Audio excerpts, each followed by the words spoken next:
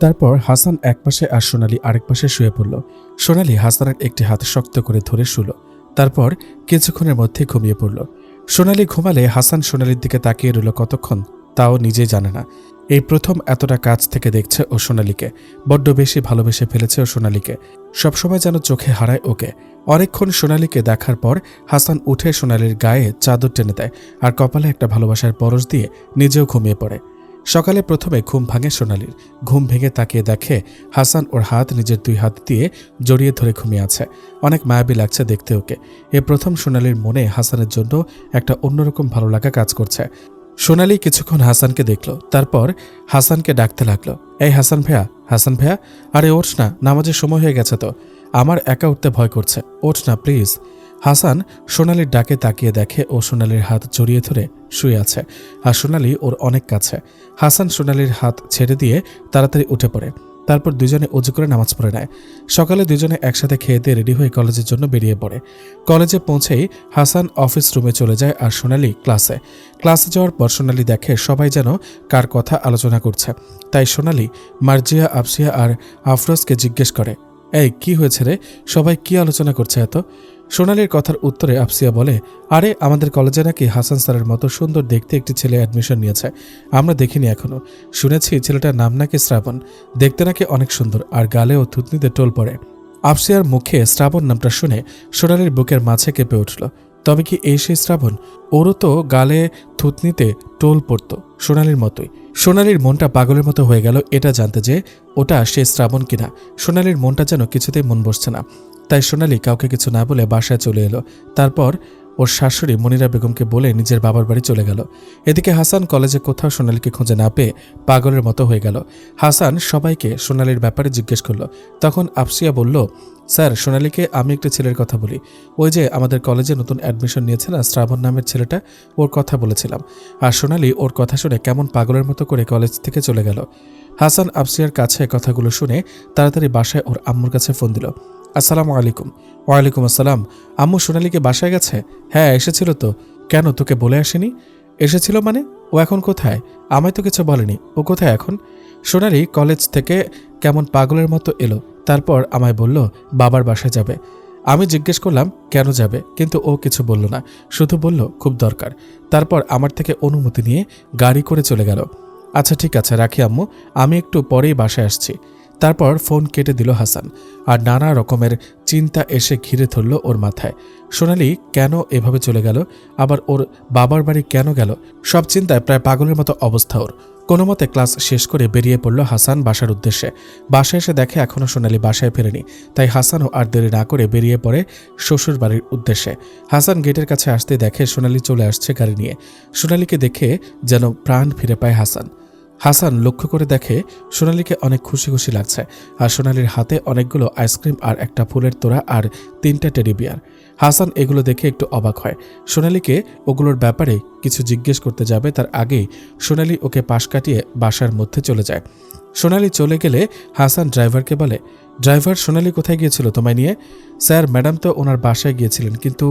কিন্তু কি? বলো আমায়, কিচ্ছু লুকাবে না আমার থেকে, বলো কিন্তু কি? আসলে স্যার, ম্যাডাম কলেজ থেকে এসে একটু পর আমায় বলল ওনার বাবার বাসায় নিয়ে যেতে। আমি সেখানে নিয়ে যাই।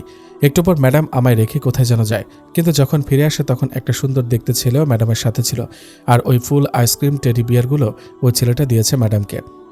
হাসান ড্রাইভারের কথা শুনে রাগে হাতের মুঠো শক্ত করল। তারপর ড্রাইভারকে চলে যেতে বলে নিজেও বাসায় ঢুকল। হাসানের মাথায় নানা রকমের প্রশ্ন ঘুরপাক খাচ্ছে। কে ওই ছেলেটা যার সাথে সোনালি কোথাও গিয়েছিল? হাসান বাসায় ঢুকে দেখে সোনালি নিচে কোথাও নেই। তাই হাসান তাড়াতাড়ি নিজের রুমে যায়। সেখানে গিয়ে দেখে সোনালি বোরকা খুলেছে। সোনালির গলায় অনেক দামি ও সুন্দর একটা গোল্ডেন নেকলেস। হাসানকে দেখে সোনালি তাড়াতাড়ি নেকলেসটা খুলে আলমারিতে লুকিয়ে রাখে। হাসান সোনালিকে কিছু জিজ্ঞেস করতে চেয়েও কিছু বলে না। হাসান ওদের রুমের বিছানার দিকে তাকিয়ে দেখে বিছানায় সে টেডি বিয়ার 3টা সুন্দর করে সাজিয়ে রাখা, আর বিছানার পাশেই টেবিলে সেই ফুলের তোড়াটা সাজানো। হাসানের খুব রাগ হতে থাকে। হাসান কেন জানি সোনালিকে কিছু বলতে চেয়েও না বলে নিচে চলে আসে। সারাদিন কোনোভাবে পার হয়ে যায়। রাতে হাসানের আগে সোনালি খাওয়া দাওয়া শেষ করে রুমে চলে যায়। তারপর হাসান খাওয়া শেষ করে রুমে গিয়ে দেখে সোনালি ওই টেডি বিয়ারগুলো নিয়ে ঘুমিয়ে পড়েছে। বিছানায় শোয়ার মতো আর কোনো জায়গা নেই। হাসান অবাক হয় এটা ভেবে যে কালকে সোনালি ভূতের ভয়ে হাসানের হাত জড়িয়ে ঘুমিয়েছিল। আজ এমন কি হলো যে সব ভয় চলে গেল ওর? হাসান সোফায় গিয়ে শুয়ে পড়ল, কিন্তু কিছুতেই হাসানের ঘুম আসছে না। নানা রকম প্রশ্ন ঘুরপাক খাচ্ছে মাথায়। হাসান কি মনে করে উঠে গিয়ে যেন ফ্রিজ খুলল। সেখানে অনেকগুলো দামি দামি আইসক্রিম রাখা যত্ন করে। একটা আইসক্রিমের বক্সে চোখ আটকে গেল হাসানের। আইসক্রিমের বক্সের গায়ে লেখা লাভ উইথ সোনালি। এটা দেখে হাসানের চোখের ঘুম যেন আরো উড়ে গেল। হাসান সবগুলো আইসক্রিমের বক্স ভালো করে দেখতে লাগলো। তারপর আরেকটা বক্সে লেখা দেখলো এস লাভ এস। তারপর হাসান আইসক্রিমগুলো আগের মতো গুছিয়ে রেখে সোফায় এসে শুয়ে পড়ল। হাসানের যেমন করে হোক জানতে হবে ওই ছেলেটা কে ছিল, আর আইসক্রিমের বক্সে ওই লেখাগুলোর মানে কি। সারা রাত আর হাসানের একটুও ঘুম হলো না। কিছু সন্দেহ বাসা বাঁধল হাসানের মনে। সকালে সোনালি ঘুম থেকে উঠে নামাজ পড়ে নিল। তারপর হাসানকে ডেকে উঠতে বলল আর তাড়াতাড়ি কলেজে যাওয়ার তাড়া দিল। হাসান কিছু বলছে না ঠিকই, কিন্তু সোনালির এই আচরণে যেমন অবাক তেমনি সন্দেহ ও রাগ হচ্ছে সোনালির উপর। সকালে খাওয়া দাওয়া করে খুব তাড়াহুড়ো করে রেডি হলো সোনালি কলেজের জন্য, আর হাসানকেও বারবার তাড়া দিতে লাগলো। সোনালির এই পরিবর্তনে হাসান চুপচাপ হয়ে আছে, খুবই কম কথা বলছে, কিন্তু সেদিকে সোনালির কোনো খেয়ালই নেই। সোনালিকে নিয়ে কলেজের গেটে গাড়ি থামাতেই সোনালি গাড়ি থেকে নেমে দৌড়ে চলে গেল ক্লাসে। এদিকে সোনালির এভাবে চলে যাওয়া দেখে হাসানের মনে কেমন যেন কু ডাকা শুরু করলো। তারপর হাসানও আর দেরি না করে তাড়াতাড়ি গাড়ি থেকে নেমে কলেজে ঢুকলো। আজকে আর হাসান ক্লাসে যেতে দেরি করলো না, বরং সময়ের আগে ক্লাসে ঢুকে পড়ল। হাসান ক্লাসে ঢুকেই একটা বড়সড় ধাক্কা খেল। এটা দেখে যে সোনালি একটা ছেলের পাশে বসে হেসে হেসে কথা বলছে, আর ছেলেটার একটা কথা হাসানের বুকে গিয়ে বিঁধল। ছেলেটা সোনালিকে বলছে, আমি তো শুধু তোমার জন্য এই কলেজে অ্যাডমিশন নিয়েছি, তাছাড়া আমার কলেজে পড়ার কোনো দরকার ছিল না। জানি তো, সেটা আমার চেয়ে ভালো আর কে জানবে বলো, সোনালি বলল। এই কথাগুলো যখন বলছিল তখন হাসান যে ক্লাসে ঢুকেছে সেটা কেউ খেয়ালই করেনি। যখন দেখলো হাসান ক্লাসে এসেছে তখন সোনালির পাশ থেকে উঠে ছেলেটা তাড়াতাড়ি অন্য সিটে গিয়ে বসলো, কিন্তু হাসান তার আগেই ওদেরকে দেখে ফেলেছে আর কথাগুলো শুনেছে। হাসানের মনে মনে বড্ড রাগ হতে লাগলো, কিন্তু সেটা প্রকাশ করল না। তবে ওই ছেলেটিকে বলল, এ ছেলে, তোমার নাম কি? স্যার, আমার নাম শ্রাবণ, আমি এই কলেজে নতুন ভর্তি হয়েছি। ও আচ্ছা, তোমার বাসা কোথায়? ছেলেটা হাসানের কথার উত্তরে সোনালির বাবার বাসার ওখানে ঠিকানা বলল। হাসান একটু অবাক হলো আর সন্দেহটা আরও বেড়ে গেল। কালকের ওই ছেলেটা কি তবে এই ছেলেটা নাকি? আইসক্রিমের সাথে তো লেখা ছিল এস লাভ এস, আর এসতে সোনালি আর শ্রাবণ দুটোই হয়। হাসান ওসব চিন্তা দূরে রেখে সবাইকে পড়াতে শুরু করলো। এদিকে সোনালির পাশে আফরোজা তো হাসানের জন্য পাগল প্রায় অবস্থা। আফরোজা হাসানকে ভালোবেসে ফেলেছে, এটা ক্লাসের প্রায় সবাই জানে, শুধু সোনালি ছাড়া। আফরোজা সোনালিকে বলে, এই সোনালি, তুই আমার একটা কাজ করে দিতে পারবি প্লিজ? বল, কি কাজ? চেষ্টা করব করে দেওয়ার। আমি না আমাদের হাসান স্যারের প্রেমে পড়েছি, আমি ওনাকে অনেক ভালোবেসে ফেলেছি, তুই কিছু একটা করে ওনাকে একটু বোঝা না প্লিজ। আফরোজার কথা শুনে সোনালির মনে মনে অসম্ভব রাগ হতে লাগলো, সাথে হিংসাও। কিন্তু সোনালি তা আফরোজাকে বুঝতে দিল না, আর সোনালিও কি যেন ভেবে হাসলো। তারপর আফরোজাকে বলল, আচ্ছা ঠিক আছে, আমি ট্রাই করব স্যারকে বলার। এভাবেই দিনের পর দিন যেতে থাকলো। হাসান সোনালিকে সন্দেহ করে শ্রাবণকে নিয়ে, কিন্তু কখনো কিছু বলে না, সবসময় নর্মালভাবেই কথা বলে। আবার সোনালিও আফরোজা আর হাসানকে নিয়ে হিংসা করে, কিন্তু তা কখনো বুঝতে দেয় না। এভাবে কেটে গেল একটি মাস। আজকে সকালে সোনালি খুব তাড়াহুড়ো করে ওর শাশুড়ি মাকে বলে হাসান ওঠার আগে বাবার বাসায় চলে যায়। শাশুড়িকে বলে, আম্মু, আমি একটু বাবার বাসায় যাচ্ছি, আর তুমি হাসানকে বলে দিও আমি বাবার বাসা থেকেই কলেজে চলে যাব, চিন্তা না করতে। আচ্ছা ঠিক আছে, সাবধান যা, আর কলেজে সময় মতো পৌঁছে যাস, কেমন? আর হ্যাঁ, আজকে তোর শ্বশুর আসবে, তাই তাড়াতাড়ি বাসায় ফিরিস। সে যে তোকে অসুস্থ দেখে গিয়েছিল, আর তো আসেনি, তাই তোর কথা বারবার বলেছে আমায়। ঠিক আছে আমার কিউটি শাশুমা, এখন তাহলে আমি যাই, আর তাড়াতাড়ি ফিরে আসবো, আল্লাহ হাফেজ। তারপর সোনালি হাসানকে কিছু না বলেই চলে যায় ওর বাবার বাসায়। এদিকে হাসান সোনালিকে উপরে না পেয়ে নিচে নেমে আসে। নিচে কোথাও সোনালিকে না দেখে হাসান ওর আম্মুকে বলে, আম্মু, সোনালি কোথায়? ওকে দেখছি না যে। সোনালি তো ওর বাবার বাসায় গেছে, আমার অনুমতি নিয়েই গেছে, বলল ওখান থেকে কলেজে চলে যাবে, তুই চিন্তা করিস না। হাসান ওর আম্মুর কথা শুনে কিছু বলল না ঠিকই, কিন্তু ওর মনের মাঝে একটা খটকা লাগলোই। তাই হাসান দেরি না করে সময় হওয়ার আগেই কলেজে পৌঁছে গেল। তারপর অফিস রুমে বসে গেটের দিকে তাকিয়ে রইল সোনালির অপেক্ষায়। কোনো কাজে মন নাই হাসানের। অনেকক্ষণ পর হাসান দেখল সোনালি শ্রাবণের বাইকে করে এসে গেটের কাছে নামল। তারপর শ্রাবণের হাত ধরে বাইক থেকে নেমে দুজন একসাথে ক্লাসে গেল। হাসান নিজের চোখে এগুলো দেখে রাগে একদম গজগজ করতে লাগলো। সোনালি ওকে এভাবে ঠকালো, ওর বিয়ে করা বউ অন্য একটা ছেলের সাথে এভাবে ঘুরে বেড়াচ্ছে। ছি, ভাবতেও ঘৃণা হচ্ছে হাসানের। হাসান রাগে চোখ মুখ লাল করে নিয়ে ক্লাসে গেল। তারপর এমন ভাব করল যেন ও কিছুই দেখেনি। হাসান আফরোজার সাথেও অনেক হাসি মজা করতে শুরু করলো সোনালিকে দেখিয়ে, কিন্তু সোনালির তাতে কিছু যায় আসে না, ও নর্মালি ঘুরে বেড়াচ্ছে। কলেজ শেষে সোনালি হাসানের সাথে বাসায় ফিরে এলো। আসার পথে সোনালি হাসানকে বলল, ওই হাসান ভাইয়া, তোর কাছে একটা আবদার আছে, রাখবি আমার আবদারটা? কি আবদারের শাকচুন্নি? আমার না একটু দূরে কোথাও নদীর কূলে ঘুরতে যেতে মন চাইছে, নিয়ে যাবে আমায় প্লিজ? সোনালির আবদার শুনে হাসানের মনটা আনন্দে লাফিয়ে উঠল। আর হাসান বলল, ঠিক আছে, কাল তো শুক্রবার, আমি তোকে কালকেই ঘুরতে নিয়ে যাব, কেমন? সত্যি? ওহ হাসান হুরবিলাল রে, তোরে একটা চুমু দিতে মন চাইছে। এই কথাটা বলেই সোনালি হাত দিয়ে মুখ চেপে ধরল আর অনেক লজ্জাও পেল। হাসান সোনালির এই কথাটা শুনে সব রাগ অভিমান ভুলে গেল আর সোনালির লজ্জা পাওয়া দেখে হাহা করে হাসতে লাগলো। সেদিন সারাটা দিন আনন্দে আর মজায় কাটলো ওদের, সবকিছু ভুলে। রাতে হাসানের আব্বু বাসায় ফিরলেন। হাসানের আব্বু কাশেম চৌধুরী আসার সময় সোনালির জন্য অনেক কিছু নিয়ে এলেন, সাথে অনেক আইসক্রিমও। সোনালি তো অনেক খুশি সেগুলো পেয়ে। রাতে সবাই অনেক রাত পর্যন্ত আড্ডা দিয়ে ঘুমোতে গেলেন। সোনালি রুমে এসে হাসানকে বলল, ওই ইন্ডিয়ান হুলু বিড়াল, আমায় একটা গল্প শোনাতো, খুব গল্প শুনতে ইচ্ছা করছে। এত বড় একটা ঢিঙ্গি মেয়ে নাকি গল্প শুনবে? যা ভাগ, পারবো না গল্প বলতে। শোনার আমি আমার একটা গল্প বলো না প্লিজ। এই তুই কি বলে ডাকলি আমায়? বল বল, আবার বল, কি বলে ডাকলি আমায়? কই কিছু না তো, তুই হয়তো ভুল শুনেছিস। আচ্ছা ঠিক আছে, তাহলে গল্প বলবো না আমি, আমি ঘুমোতে গেলাম। এই না না না, শোনার আমি আমার একটা গল্প বলো না প্লিজ। তারপর হাসান সোনালিকে গল্প শোনাতে থাকে আর সোনালি গল্প শুনতে শুনতে হাসানের কোলে মাথা রেখে ঘুমিয়ে পড়ে। হাসান যখন দেখে সোনালি ঘুমিয়ে পড়েছে, তখন হাসান গল্প বলা বন্ধ করে সোনালিকে দুই চোখ ভরে দেখে। আজ অনেকদিন পর হাসান সোনালিকে এত কাছ থেকে দেখছে। হাসান এভাবে কতক্ষণ সোনালির দিকে তাকিয়েছিল ও নিজেও জানে না।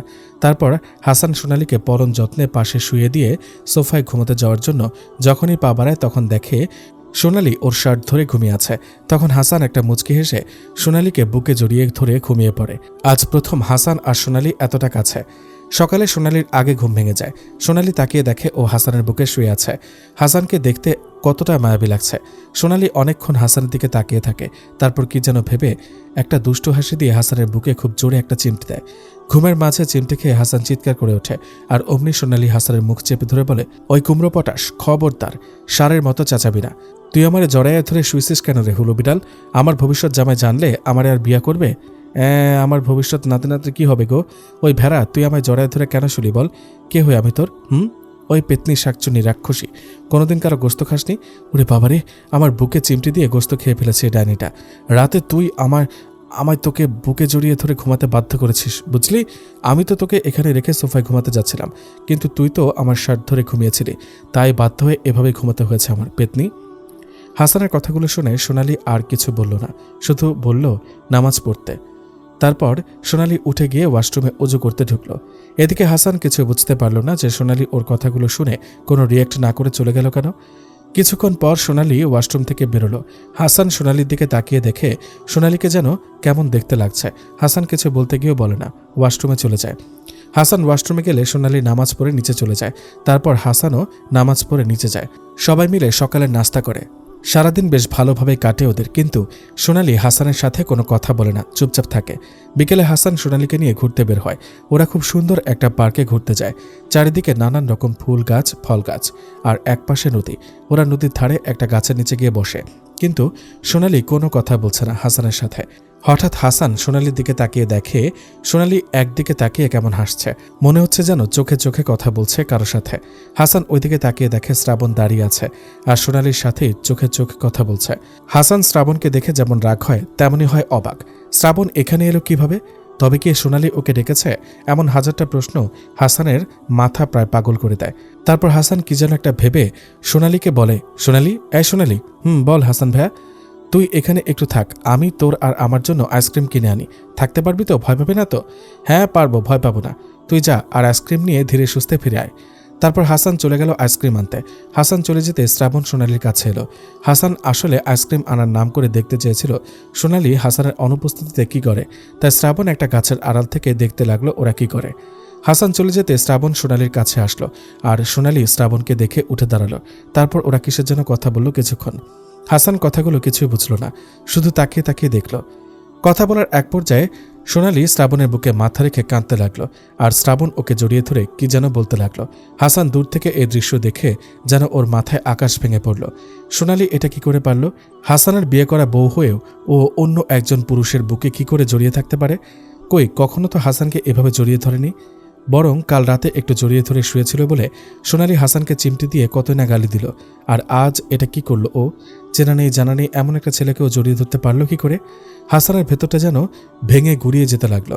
হাসান কিছুতেই সহ্য করতে পারছে না এই দৃশ্য। হাসানের ইচ্ছা করছে সোনালী আর শ্রাবণকে খুন করে ফেলতে, কিন্তু না, এভাবে ও সোনালীকে কখনোই মারবে না। সোনালী ওকে যেমন কষ্ট দিয়েছে তার চেয়েতেও 1000 গুণ বেশি কষ্ট ও সোনালীকে দিয়ে মারবে। হাসান আর কিছু না ভেবে সোনালীর জন্য আইসক্রিম নিয়ে এলো। আইসক্রিম এনে দেখে সোনালী একা একা বসে আছে। শ্রাবণ হয়তো হাসানকে আসতে দেখে চলে গেছে। মনের মধ্যে রাগ ও কষ্ট নিয়ে মুখে হাসি এনে সোনালীকে আইসক্রিম খেতে দিল হাসান। তারপর বলল, আমি চলে গেলে তোর একা একা ভয় করছিল না রে সোনালী? না, ভয় কেন পাবো? আমি কি ছোট মানুষ নাকি? সেটাই, দাঁতে দাঁত কিটপিটিয়ে বলল হাসান। হাসানের ইচ্ছা করছে সামনের ওই নদীতে ফেলেই সোনালীকে মেরে ফেলতে, কিন্তু না, হাসান সোনালীকে তিলে তিলে মারবে। হাসান যেমন ভালোবাসার আগুনে পুড়ে মরছে, ঠিক একইভাবে হাসান সোনালীকেও পোড়াবে ভালোবাসার আগুনে। তারপর ওরা একটু ঘুরে ফিরে বাসায় চলে আসে। বাসায় আসার পর দেখে সোনালীর শ্বশুর কাশেম চৌধুরী ব্যবসার কাজে আবার চলে যাচ্ছেন। যাওয়ার আগে উনি সোনালীকে একটা ফোন কিনে দিয়ে যায় আর বলে, সোনালী মামুনি, এই ফোনটা তোমার জন্য, কখন কার কি প্রয়োজন হয় বলা তো যায় না, তাই এটা রাখো, এটা অনেক উপকারী। আমিও এটার মাধ্যমে আমার মামুনির সাথে মাঝে মাঝে কথা বলতে পারবো। শুক্রিয়া আব্বু, কিন্তু এসবের কি দরকার ছিল আব্বু? আমার ফোনটা না হলে চলতো। কোনো কথা শুনতে চাই না আমি, তুমি এটা শুধু আমার সাথে কথা বলার জন্য হলেও রাখো। আচ্ছা মা, আমার অনেক দেরি হয়ে যাচ্ছে, আমি এখন আসি, ভালো থাকিস তোরা। আচ্ছা আব্বু, আল্লাহ হাফেজ। কাশেম চৌধুরী চলে যেতেই হাসান উপরে চলে যায়, আর সোনালীর শাশুড়ি মনিরা বেগম সোনালীকে বলে, সোনালী, তোর শ্বশুর তোর কাছে একটা কথা বলতে বলে গেছে আমায়।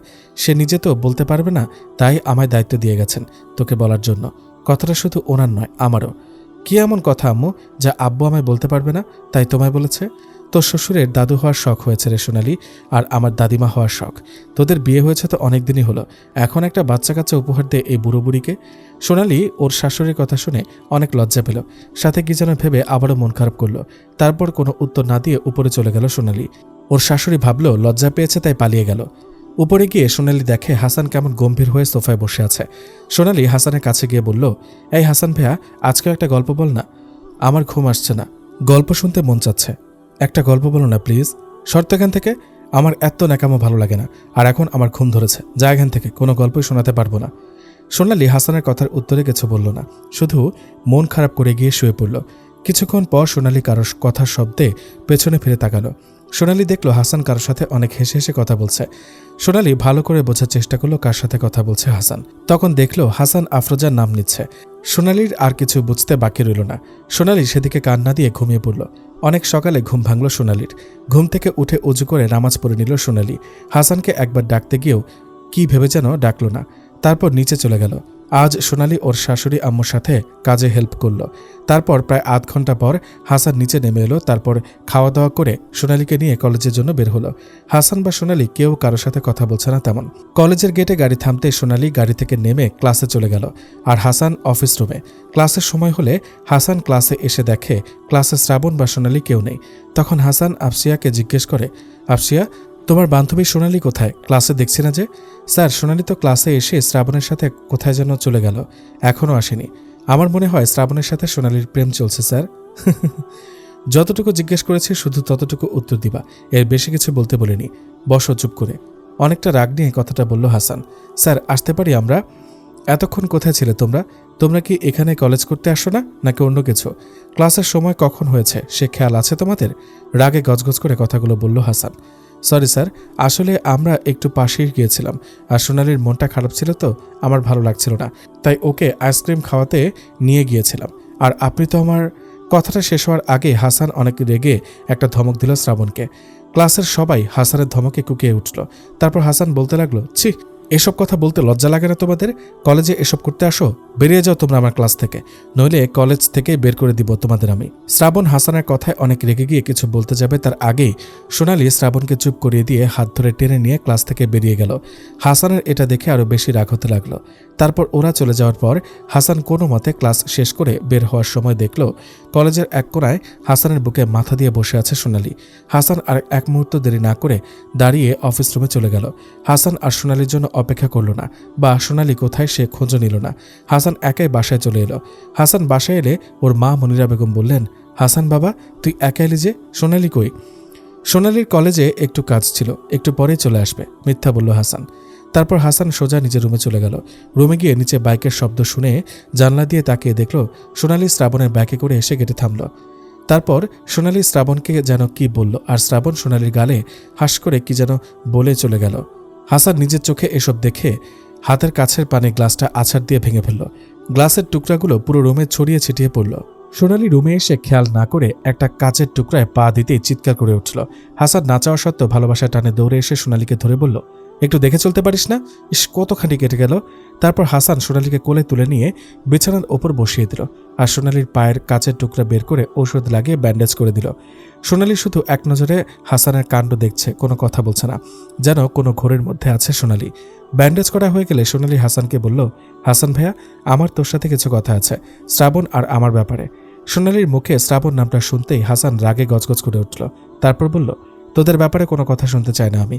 কলেজে নষ্টামি করে শান্তি হয়নি, এখন বাসায় ওর নাম নিতে হবে। কথাগুলো বলেই রুম থেকে হনহন করে বেরিয়ে চলে যায় হাসান। সোনালি আর কিছু বলার সুযোগও পায় না। সারাদিন আর তেমন একটা কথাও বলে না কেউই। রাতে খাওয়া দাওয়া নামাজ শেষ করে সোনালি গিয়ে শুয়ে পড়ে, আর হাসান সোনালিকে শুনিয়ে শুনিয়ে আফরোজের সাথে কথা বলতে থাকে। হাসান কথা বলার এক পর্যায়ে আফরোজাকে বিয়ের কথা বলে, সোনালিকে ছেড়ে দিয়ে আফরোজাকে বিয়ে করবে। সোনালি ওর সব কথা শোনে, কিন্তু কিচ্ছু বলে না। সকালে সবাই খাওয়া দাওয়া করেছে, এমন সময় সোনালির হঠাৎ বমি বমি পায়। সোনালি দৌড়ে ওয়াশরুমে গিয়ে বমি করতে থাকে। সোনালির বমি করা দেখে সোনালির শাশুড়ি মনিরা বেগম খুশি হয়ে হাসানকে বলে, হাসান, মনে হয় মিষ্টি আনতে হবে রে বাবা, ঘরে নতুন অতিথি আসতে চলেছে। হাসান ওর মায়ের কথা কিছুই বুঝতে পারে না, তাই হাসান বলে, কে আসবে আম্মু বাসায় যে মিষ্টি আনবো? আরে গাধা ছেলে আমার মনে হয় আমি দাদি হতে চলেছি, আর তুই আব্বু আর সোনালি আম্মু হবে। মায়ের মুখে এই কথাগুলো শুনে হাসানের মাথা যেন আকাশ ভেঙে পড়ে। হাসান যেন নিজের কানকেও বিশ্বাস করতে পারছে না। হাসান আর কোনো কথা না বলে সোজা উপরে চলে যায়। হাসান উপরে যাওয়ার কিছুক্ষণ পর সোনালিও উপরে যায় কলেজের জন্য রেডি হতে। সোনালি এখনও ওর শাশুড়ির কোনো কথা শোনেনি। সোনালি ওপরে এলে হাসান সোনালিকে কিছু বলে না, শুধু চুপচাপ রেডি হয়ে সোনালিকে নিয়ে বের হয়। সোনালি ভাবে ওরা হয়তো কলেজে যাচ্ছে, কিন্তু কিছু রাস্তা যাওয়ার পর সোনালি দেখে ওরা কলেজের রাস্তায় না গিয়ে অন্য রাস্তায় যাচ্ছে। সোনালি অবাক হয়ে হাসানকে জিজ্ঞেস করে, হাসান ভাইয়া, আমাদের কলেজের রাস্তা তো ওদিকে, তুই এদিকে কোথায় যাচ্ছিস? সোনালির কথার উত্তরে হাসান কিছুই বলে না, সোজা গাড়ি চালাতে থাকে। তারপর পুরোটা রাস্তায় সোনালি অনেকবার জিজ্ঞেস করে, কিন্তু হাসান একবারও উত্তর দেয় না। গাড়ি নিয়ে সোজা একটা ক্লিনিকের সামনে থামে হাসান।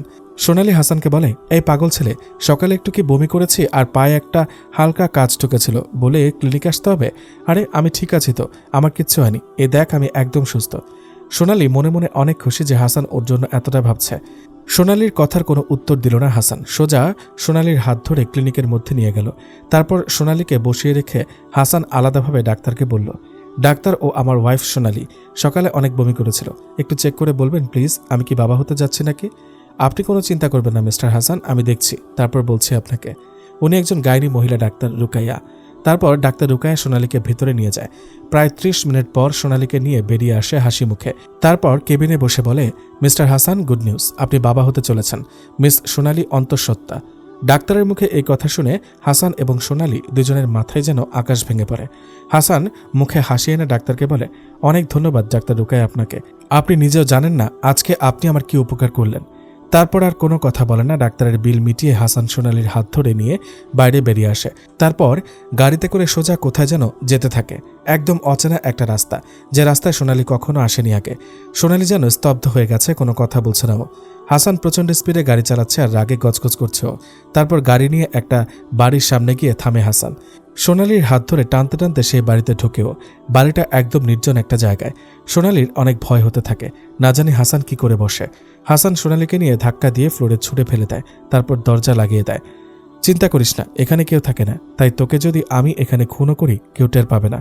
হাসান দৌড়ে এসে সোনালির বোরকা টেনে খুলে ফেলে, তারপর চুলের মুঠি ধরে বলে, তোকে অনেক ভালোবেসেছিলাম আমি, কিন্তু তখনও আমি বুঝিনি তুই একটা নষ্টা মেয়ে যে কিনা বিয়ের পরও পরপুরুষের সাথে। ছি, আমার ভাবতেও ঘৃণা হচ্ছে। তোকে আমি কখনো ভালোবেসেছিলাম? তোকে আমি খুন করে ফেলবো। তোর বাঁচার কোনো অধিকার নেই। তোর মতো খারাপ মেয়ের এই দুনিয়ায় বাঁচার কোনো অধিকার নেই। তুই বোরকা পরিস, তাই না? আরে বোরকার মর্যাদাকে তুই জানিস? তারপর হাসান সোনালীকে বেশ কয়েকটা চর ও লাথি মারল আর একটা ছুরি এনে বলল, তোকে আমি বাঁচতে দিব না। তুই যেমন আমার ভালোবাসা নিয়ে খেলছিস, তোর বাঁচার কোনো অধিকার নেই। তোকে আজ আমি খুন করে ফেলবো। তারপর হাসান সোনালীকে খুন করার জন্য ছুরি হাতে এগিয়ে আসে। চোখের সামনে এমন মৃত্যু দেখে সোনালী আর ঠিক থাকতে পারে না, জ্ঞান হারিয়ে পড়ে যায়। তারপর যখন জ্ঞান ফেরে তখন তাকিয়ে দেখে ও ফ্লোরে পড়ে আছে, বাইরে থেকে দরজা বন্ধ করা, আর বিকেল হয়ে গেছে। ওর শরীরে একটুও শক্তি নেই। সোনালী আশেপাশে তাকিয়ে নিজের ফোনটাকে খুঁজতে থাকে। তারপর ফোনটা দেখে অনেক দূরে পড়ে আছে। ফোনটা ওর বোরকার পকেটে ছিল। হাসান বোরকা খোলার সময় ছিটকে দূরে পড়ে গেছে।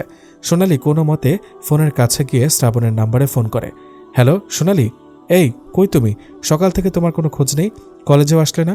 একটু আগে হাসান স্যারকে দেখলাম আফরোজার সাথে। তুমি কই? সোনালী শ্রাবণের কথা শুনে অনেক কষ্টে বলল, শ্রাবণ আমায় বাঁচাও, আমি মরে যাচ্ছি। আমি বাঁচতে চাই, সুন্দর করে জীবন কাটাতে চাই, তুমি আমায় বাঁচাও। আমি একটা পুরনো বাড়িতে আছি, তুমি তাড়াতাড়ি এখানে চলে আসো। তারপর সোনালী সব ঠিকানা বলে শ্রাবণকে। শ্রাবণ সোনালীর কাছে সব শুনে পাগলের মতো ছুটে আসে সোনালীর বলার ঠিকানায়। তারপর সেই বাড়িটায় ঢুকে দেখে সোনালী আবার জ্ঞান হারিয়ে পড়ে আছে। শ্রাবণ একদম পাগলের মতো হয়ে যায়, চিৎকার করে কাঁদতে থাকে সোনালীর জন্য। তারপর ওকে কোলে তুলে নিয়ে একটা গাড়ি করে হসপিটালে নিয়ে যায়। আজ 7 দিন হলো সোনালীকে ওই বাড়িটায় অজ্ঞান অবস্থায় ফেলে এসেছে হাসান। একবারের জন্য খোঁজ নেয়নি সোনালী বেঁচে আছে নাকি মারা গেছে। সোনালীর কোনো কিছুতেই আর হাসানের কিছু যায় আসে না। হাসান এখন মন থেকে না হলেও আফরোজাকে নিয়ে ব্যস্ত। এই 7 দিনে হাসানের মা মনিরা বেগম হাসানের কাছে অনেকবার জানতে চেয়েছে সোনালীর কথা। হাসান বারবার কথা পাল্টিয়ে বলেছে সোনালী বাবার বাড়ি গেছে, কয়েকদিন পর ফিরবে। মনিরা বেগম সোনালীকেও অনেকবার কল করেছে, কিন্তু সোনালীর নাম্বার বন্ধ।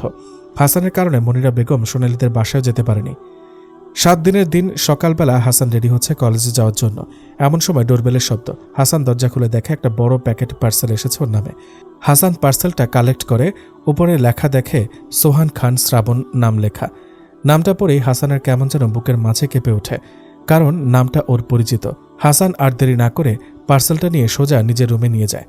তারপর দরজা লাগিয়ে পার্সেলটা খুলে তার মধ্যে একটা বড় চিঠি আর একটা ফুলের তোড়া আর একটি বক্সে খুব সুন্দর একটা দামি আংটি আর কিছু মেডিকেল সার্টিফিকেট পায়। হাসান আর দেরি না করে চিঠিটা পড়তে শুরু করে। চিঠিতে লেখা, প্রিয় স্বামী হাসান, ক্ষমা করবেন আপনাকে স্বামী বলে ডাকার জন্য, আর পার্সেলের ওপরে আমার নাম না দিয়ে আমার যমজ ভাই সোহান খান শ্রাবণ ওরফে শ্রাবণের নামটা দেওয়ার জন্য। আমার নাম দেখলে তো আপনি হয়তো পার্সেলটা নিতেন না বা চিঠিটাও পড়তেন না, তাই শ্রাবণের নামটা দিলাম, কারণ আপনাকে কিছু কথা না বললেই নয়। তবে ভাববেন না আমি আর কখনোই আপনার সামনে আসব না। আপনার জন্য সোনালী মারা গেছে, আপনি নিজ হাতে খুন করেছেন তাকে। আপনার ভুলগুলো ধরিয়ে দিতেই আমার এই চিঠি। সেদিন আপনি আমায় মারার সময় বলেছিলেন না যে আপনি আমায় অনেক ভালোবেসেছিলেন?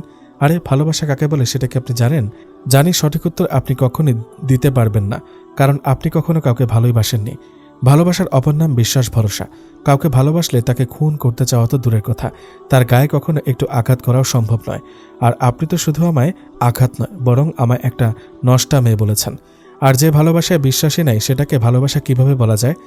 সেদিন আমি যখন বাবার বাড়ি যাই আর সেখানে থেকে আইসক্রিম, ফুল আর নেকলেস নিয়ে ফিরি, তখন আপনার প্রথম সন্দেহ শুরু হয়, তাই না? আপনি যদি আমায় ভালোবাসতেন তাহলে সেদিনই আমার কাছে জানতে চাইতেন সেগুলো আমি কোথায় পেলাম। কিন্তু না, আপনি সেদিন আমায় সন্দেহ করতে ব্যস্ত ছিলেন। আপনি কি জানেন আমি আপনাকে সেই ছোটবেলা থেকে ভালোবাসি, যখন আমাদের বিয়ে হয়েছিল খেলার ছলে তখন থেকে। কথায় আছে মেয়েদের বুক ফাটে কিন্তু মুখ ফোটে না। আমি আপনাকে বলতে পারিনি আমার ভালোবাসার কথা। হ্যাঁ, আমার কিছু ভুল ছিল। আমি ভুল করেছিলাম এটা ভেবে যে আপনি আমায় ভালোবাসেন, তাই আমায় অন্য কোনো ছেলের সাথে দেখলে আপনার হিংসা হবে আর আপনি আপনার ভালোবাসার কথা আমায় বলবেন। কিন্তু আমি ভুল ছিলাম। আপনার মাঝে তো আমার জন্য ভালোবাসা ছিলই না, তাহলে আমায় বলতেন কি করে? শ্রাবণ প্রথম দিনেই আপনাকে সব বলতে চেয়েছিল যে ও বিদেশ থেকে ফিরে এসেছে আর ও আপনার সেই ছোটবেলার বন্ধু সোহান খান শ্রাবণ। কিন্তু আপনি যখন ওকে চিনতে পারলেন না, তখন আমি ওকে বলেছিলাম পরিচয় না দিতে, কারণ আমি চেয়েছিলাম আপনার ওকে আমার সাথে দেখে হিংসা হোক আর আপনি আমায় ভালোবাসার কথাটা বলে দিন। আপনার কি মনে আছে যেদিন সারা রাত আমি আপনার বুকের মাঝে ছিলাম? সকালে আপনাকে আমি কথার ছলে জিজ্ঞেস করেছিলাম আমি আপনার কি হই। সেদিন খুব ভালোবাসা আর আগ্রহ নিয়ে কথাটা জানতে চেয়েছিলাম আপনার কাছে, কিন্তু আফসোস আপনি আমায় তখনও সন্দেহ করেছিলেন। আমি আপনার আর আমার সব কথা শ্রাবণকে বলতাম, ও আমায় অনেক বোঝাতো। সেদিন পার্কে আপনি গাছের আড়াল থেকে আমাদের দুজনকে একসাথে দেখেছিলেন। সেদিন আমি শ্রাবণের বুকে মুখ গুজে অনেক কেঁদেছিলাম, ভালোবাসা না পাওয়ার কান্না। সেদিন কলেজে সবার সামনে আপনি আমাদের ভাই বোনের সম্পর্কটাকে নিয়ে কি বাজে একটা কথা বললেন। তখনও শ্রাবণ নিজের পরিচয় দিতে চেয়েছিল আপনাকে, কিন্তু আপনি শোনেননি। তারপর সেদিন রাতে আমি আপনাকে বলেছিলাম যে শ্রাবণ আর আমার ব্যাপারে আপনাকে কিছু বলার আছে। আপনি তখন খুবই বাজে একটা কথা বলেছিলেন আমায়। সেদিন সারা রাত আমি কেঁদেছিলাম। আমি বারবার আপনাকে বোঝাতে চেয়েছি আমার ভালোবাসার কথা, কিন্তু আপনি বোঝার চেষ্টাও করেননি। আরে এতই যদি সন্দেহ ছিল আমার উপর, তাহলে আপনি চাইলে কি একবারও আমায় শ্রাবণের ব্যাপারে জিজ্ঞেস করতে পারতেন না? আমি কি আপনাকে উত্তর দিতাম না? একবার জিজ্ঞেস করে দেখতেন। আপনি যদি কখনো আমায় একটুও ভালোবাসতেন তাহলে অবশ্যই জানার চেষ্টা করতেন কে এই শ্রাবণ। আপনি তো আমার বাবার বাড়িতেও খোঁজ নিতে পারতেন, বা শ্রাবণকেও আলাদা করে জিজ্ঞেস করতে পারতেন, কিন্তু না, আপনি তা করেননি। কারণ আপনার মনে আমার জন্য সন্দেহ ছাড়া কিছুই ছিল না। পার্সেলের মাঝে কিছু মেডিকেল সার্টিফিকেট দেওয়া আছে, ওগুলো ভালো করে দেখে নিন। আমি কখনোই অন্তঃসত্ত্বা ছিলাম না। আমার পেটে বড় একটা টিউমার বাসা বেঁধেছিল, যে টিউমারটাকে সেদিন গাইনি ডাক্তার রুকেয়া বাচ্চা ভেবে ভুল করেছিলেন। আপনি শুধু আমার ভালোবাসার বিশ্বাসটা ভাঙেননি, সেই সাথে ভেঙেছেন ভাই বোনের পবিত্র সম্পর্ক। আপনি ভাই বোনের পবিত্র সম্পর্কটাকেও নষ্ট চোখে দেখেছেন সবসময়। সেদিন আমায় একদম খুন করলে ভালো করতেন আপনি। তবে আল্লাহ যা করেন মানুষের মঙ্গলের জন্যই করেন, তাই হয়তো আল্লাহ আমায় বাঁচিয়ে রেখেছেন আপনার ভুলগুলো ধরিয়ে দিতে। ভালোবাসা কাকে বলে জানেন? দিনের পর দিন চোখের সামনে আপনি আফরোজার সাথে ভালোবাসার কথা বলে গেছেন। রাতে আমার সামনে ওর সাথে বিয়ের কথা পর্যন্ত বলেছেন। তবুও আমি কিন্তু একবারের জন্য আপনাকে সন্দেহ করিনি বা ভুল বুঝিনি, কারণ আমার বিশ্বাস ছিল আপনার ভালোবাসার প্রতি, যেটা আপনার ছিল না। আপনি কখনো কি দেখেছিলেন যে আমি শ্রাবণের সাথে কখনো প্রেম ভালোবাসার কথা বলেছি? সন্দেহের চোখে মানুষ ভালো কিছু দেখলেও সেটাকে খারাপ মনে হয়। আপনার বেলায়ও সেটাই হয়েছে। অনেক কথা বলে ফেললাম, আর কিছু বলতে চাই না। আর আল্লাহর কাছে একটাই প্রার্থনা করি, আপনার সাথে যেন আমার আর কখনো দেখা না হয়। আপনি আফরোজাকে বিয়ে করে সুখে থাকুন। শুধু একটাই অনুরোধ আপনার কাছে, দয়া করে এর পরে কাউকে সন্দেহ করার আগে ভালো করে সব জেনে নেবেন, তারপর সন্দেহ করবেন। আর কাউকে সত্যিকারের ভালোবাসলে তাকে মন থেকে বিশ্বাস করবেন। বিশ্বাস ছাড়া পৃথিবীর কোনো সম্পর্কই টেকে না। আমি চলে যাচ্ছি অনেক দূরে, যেখান থেকে আমায় আর কখনোই খুঁজে পাবেন না আপনি। আমি আমার ভাইয়ের সাথে যাচ্ছি, কারণ আমি আপনাকে ভালোবাসি, অসম্ভব ভালোবাসি। কখনোই আপনাকে আমি ঘৃণা করতে পারবো না, কিন্তু ঘৃণা হয় নিজের ওপর, আপনার মতো একটা নিচু মনের মানুষকে ভালোবাসার জন্য। ভালো থাকবেন আশা করি। আমায় কোথাও খোঁজার চেষ্টা করবেন না, আমি আপনার মুখও দেখতে চাই না। আলবিদা মিস্টার হাসান চৌধুরী। ইতি আপনার সন্দেহের ঘৃণার পাত্রী সোনালী। চিঠিটা পড়ে হাসানের হাত পা কাঁপতে শুরু করলো, দুই চোখ দিয়ে অযোধ্যারায় পানি পড়তে লাগলো। কি করলো ও এটা? নিজেকে বড্ড অপরাধী মনে হচ্ছে হাসানের। হাসান চিৎকার করে কান্না করতে লাগলো আর বলতে লাগলো, সোনালী প্লিজ ফিরে আসো সোনালী, আমায় একটিবার তোমার কাছে ক্ষমা চাওয়ার সুযোগটুকু দাও, আমার ভুলগুলো শুধরে নেওয়ার সুযোগটুকু দাও। সোনালী আমি তোমাকে ছাড়া বাঁচব না সোনালী, প্লিজ ফিরে আসো সোনালী, তোমার হাসানের বুকে ফিরে আসো। হাসান পাগলের মতো ছুটে গেল ওর মা মনিরা বেগমের কাছে। তারপর বলতে লাগলো, আম্মু সোনালীকে এনে দাও আম্মু, আমি ওর সাথে মস্ত বড় অন্যায় করে ফেলেছি, আমি সোনালীকে ছাড়া বাঁচতে পারবো না আম্মু, সোনালীকে এনে দাও আম্মু। হাসানের মা ছেলের এমন অবস্থা দেখে কিছুই বুঝতে পারছেন না। তখন হাসানের হাতে ওই চিঠিটা দেখে মনিরা বেগম চিঠিটা নিয়ে পড়তে শুরু করেন। পুরো চিঠি পড়ে ওনার মাথা যেন আকাশ ভেঙে পড়ে। মনিরা বেগম হাসানের গালে সজোরে একটা চড় মেরে বলেন, ছি হাসান ছি, আমার ভাবতেও ঘৃণা হচ্ছে যে তোর মতো নিচু মনের ছেলেকে আমি আমার পেটে ধরেছি। তুই সোনালীর মতো মেয়েকে এতটা সন্দেহ করলি কি করে? তুই তো অনেক ছোটবেলা থেকে ওকে চিনিস। ও কখনো তুই ছাড়া কোনো ছেলের সাথে কথা বলেছে এমন কখনো দেখেছিস? সবসময় পর্দা করে চলতো, ইসলামের সবকিছু মেনে চলতো। এমন একটা মেয়েকে তুই এতটা খারাপ ভাবলি কি করে? আর তুই তো জানতি যে ওর যমজ ভাই বিদেশে পড়াশোনার জন্য গেছে, আর ওদের চেহারায় অনেক মিলও আছে। তবুও তুই সেই ভাইকে দিয়ে ওকে এতটা খারাপ সন্দেহ করলি কি করে? তুই কি একবারও জানার চেষ্টা করতে পারতি না শ্রাবণের বিষয়ে? তোর এতটাই সন্দেহ হয়েছিল যে তুই সোনালীকে খুন করতে নিয়ে গিয়েছিলি? ছি ছি ছি, এতটা নিচু মনের তুই! তোকে ছেলে বলে পরিচয় দিতে আমার ঘৃণা করছে হাসান। আম্মু তুমি আমায় মারো কাটো যা খুশি করো, কিন্তু তার আগে আমার সোনালীকে এনে দাও আম্মু। আমি অনেক বড় অন্যায় করে ফেলেছি ওর সাথে, আমি ওর পায়ে ধরে ক্ষমা চাইব। ওকে এনে দাও আম্মু, আমি সোনালীকে ছাড়া থাকতে পারবো না, মরে যাব আমি। আমার সোনালীকে চাই আগের মতো করে, এনে দাও আম্মু। পাগলের মতো কাঁদছে হাসান, কান্না যেন বাঁধ মানছে না ওর। নিজের ভুলে অনুতপ্ত, কিন্তু অনেক দেরি হয়ে গেছে ভুলগুলোকে বুঝতে। এখন আর কোনো কিছুরই আগের মতো ফিরে পাওয়া সম্ভব না। হাসানের মা মনিরা বেগম হাসানকে হাত ধরে তুলে বলল, চুপ কর হাসান, তুই যদি আমার ছেলে হয়ে থাকিস তাহলে আমায় কথা দে যে তুই যেখান থেকে পারিস সেখান থেকে যেভাবে পারিস আমার সোনালী মাকে ফিরিয়ে আনবি আমার ঘরে। ও ছাড়া এই বাড়িটা যে একদম ফাঁকা ফাঁকা লাগে, কথা দে আমায়, তুই ওকে যেভাবে হোক ফিরিয়ে আনবি। হ্যাঁ আম্মু, আমি কথা দিলাম তোমায়, আমি ফিরিয়ে আনবো আমার ভালোবাসাকে, আমার পাগলিটাকে, আমার সোনালীকে। আমার মনের সবটুকু ভালোবাসা দিয়ে ওকে আমি ফিরিয়ে আনবো। ও পৃথিবীর যে প্রান্তে থাকুক না কেন ওকে আমি ফিরিয়ে আনবই। তারপর হাসান আর এক মুহূর্ত দেরি না করে বেরিয়ে পড়ল সোনালীদের বাসার উদ্দেশ্যে। রাস্তা যেন আজ শেষই হতে চায় না। হাসানের মন পাগল হয়ে খুঁজছে তার সোনালীকে। হাসান খুব দ্রুত গাড়ি চালিয়ে সোনালীদের বাসার সামনে এসে দাঁড়ালো। তারপর তাড়াতাড়ি গাড়ি থেকে নেমে দৌড়ে বাসার মধ্যে গিয়ে সোনালীকে ডাকতে লাগলো, সোনালী, কোথায় তুমি সোনালী? একবার সামনে এসো প্লিজ সোনালী। হাসানের চিৎকার শুনে সোনালীর মা বেরিয়ে এলেন। তারপর হাসানকে দেখে বললেন, হাসান বাবা তুমি এসেছ? আমি সবই জানি, কিন্তু এখন আর এত কথা বলার সময় নেই। তুমি তাড়াতাড়ি যাও, সোনালীকে ফিরিয়ে আনো। ও আজকে চিটাগাং চলে যাচ্ছে, সেখানেই থাকবে, আর ফিরবে না কখনো বলে গেছে। হাসান আর দেরি না করে গাড়ি নিয়ে বেরিয়ে পড়ল সোনালীকে ফিরানোর জন্য। হাসান আর সোনালীদের বাড়ি রাজশাহীতে। হাসান দ্রুত গাড়ি চালিয়ে সোনালীকে খুঁজতে লাগলো। এমন সময় হঠাৎ হাসানের ফোনে একটা অপরিচিত নাম্বার থেকে কল আসলো। হাসান প্রথম 2বার কল কেটে গেল, কিন্তু রিসিভ করল না। তৃতীয়বার আবার কল আসলে হাসান গাড়ি চালানো অবস্থায় কল রিসিভ করল। কল রিসিভ করার পর ওই পাশের লোকটি কিছু কথা শুনে হাসান গাড়ি থামালো। তারপর তার সাথে কিছুক্ষণ কথা বলে হাসানের মুখে হাসি ফুটল, আর হাসান নিশ্চিন্ত মনে গাড়ি ঘুরিয়ে নিজের বাসায় চলে এলো। তারপর হাসান বাসায় এসে হাসানের মা মনিরা বেগমের সাথে অনেক কথা বলল, আর যে লোকটি কল দিয়েছিল তার কথাও বলল। সব কথা শুনে মনিরা বেগম অনেক খুশি হলেন। এর মাঝে কেটে গেল 1টি মাস।